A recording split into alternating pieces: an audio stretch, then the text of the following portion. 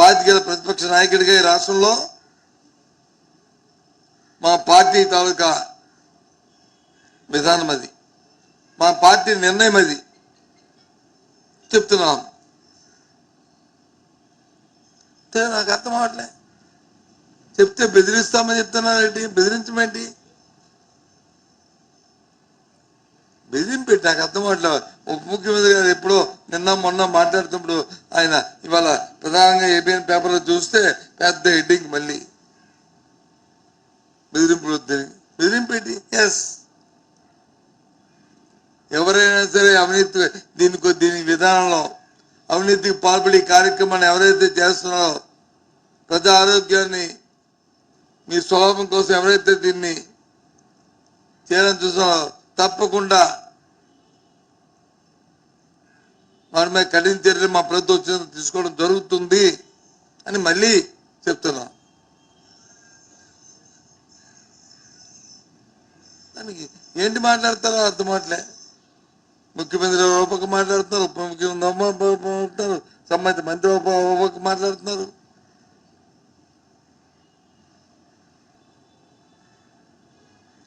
ఈ రాష్ట్రంలో ఎక్కడ ఏం చూసినా అవినీతితో నిండిపోతుంది. కింద స్థాయి నుంచి పై స్థాయి వరకు శాంతి భద్రతలు లేవు. కనీసం హాస్టల్లో పేద విద్యార్థులు చదువుకొని శుభ్రంగా భోజనం తిని మధ్యాహ్న భోజనం తినే పరిస్థితి ఈ రాష్ట్రంలో లేదు.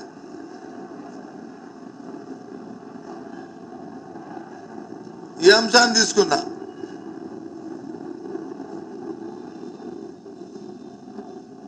నాకు నిన్న మొన్న స్పీచ్ చూసిన తర్వాత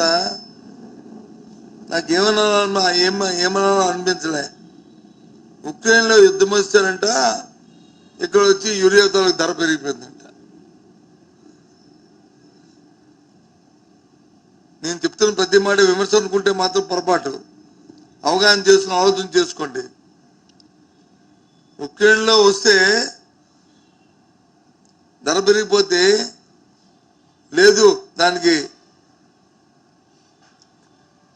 డిమాండ్ పెరిగి కొరత వస్తే అది ఒక ఆంధ్ర రాష్ట్రానికి భారతదేశం అంతా రావాలి. మరి యూపీలో ఎలా దొరికింది? బీహార్లో ఎలా దొరికింది? హర్యానా ఎలాగో దొరికింది? మన పక్కనున్న ఒరిస్సాలో ఏ రకంగా యూరియా దొరికింది? మరి ఇక్కడ ఎందుకు దొరకలేదు? తెలంగాణ ఆంధ్రాలోనే వచ్చిందా ఉక్రెయిన్ తాలూకు యుద్ధం? భారతదేశం అంతా రాలేదా? అంటే రాజకీయ కోణంలో ఎక్కడైతే ఎన్డీఏ ప్రభుత్వాలు ఉన్నాయో, ఎక్సెప్ట్ ఆంధ్ర తప్ప, ఎక్కడైతే ఎన్నికలు జరుగుతున్న రాష్ట్రాలు కానీ ఎన్నికలు రాబోతున్నా అక్కడ వచ్చి పుష్కలంగా దొరుకుతుంది. ఆంధ్రాలో అడిగే రాజులు లేడు కాబట్టి రైతన్న వ్యవసాయం సొంతదండిగా అని నినాదం చంద్రబాబు నాయుడు ఉంది కాబట్టి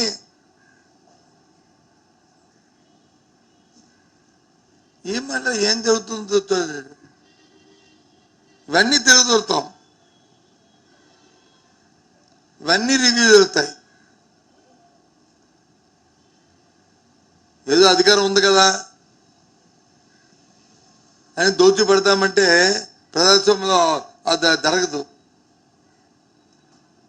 దానికి ఒక ప్రక్రియ ఉంది, దానికి ఒక సిస్టమ్ ఉంది ప్రభుత్వంలో, రాజ్యాంగంలో. ఈ రకంగా జరగవు. ఎక్కడండి ఇది? దాని గురించి మాట్లాడరు, దాని గురించి అవినీతి మాట్లాడరు.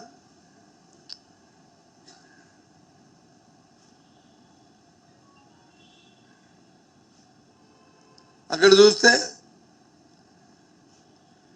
గోదావరి జిల్లాలో ఓ పక్క వచ్చి ప్యాకెట్ క్లబ్లు,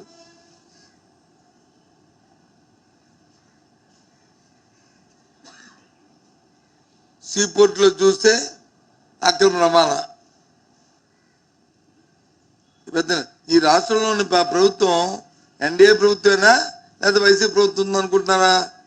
సూటిగా అడుగుతున్నాను డిప్యూటీ సీఎం గారిని. మరి మీ ప్రభుత్వమే కదా, తప్పు చేసిన వాడు చర్య తీసుకోవచ్చు కదా.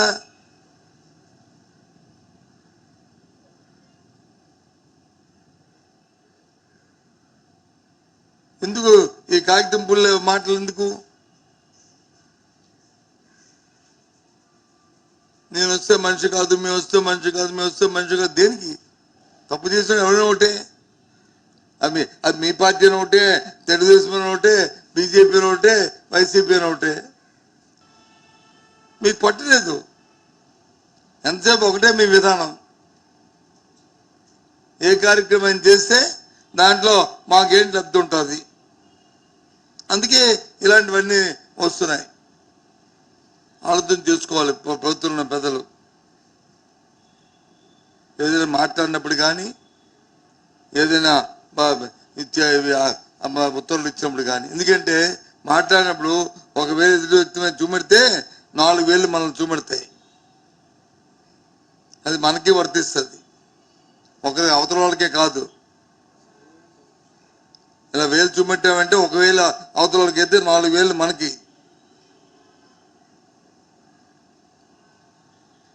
సమయం పాటించి మాట్లాడమ్మా, అది అవసరం.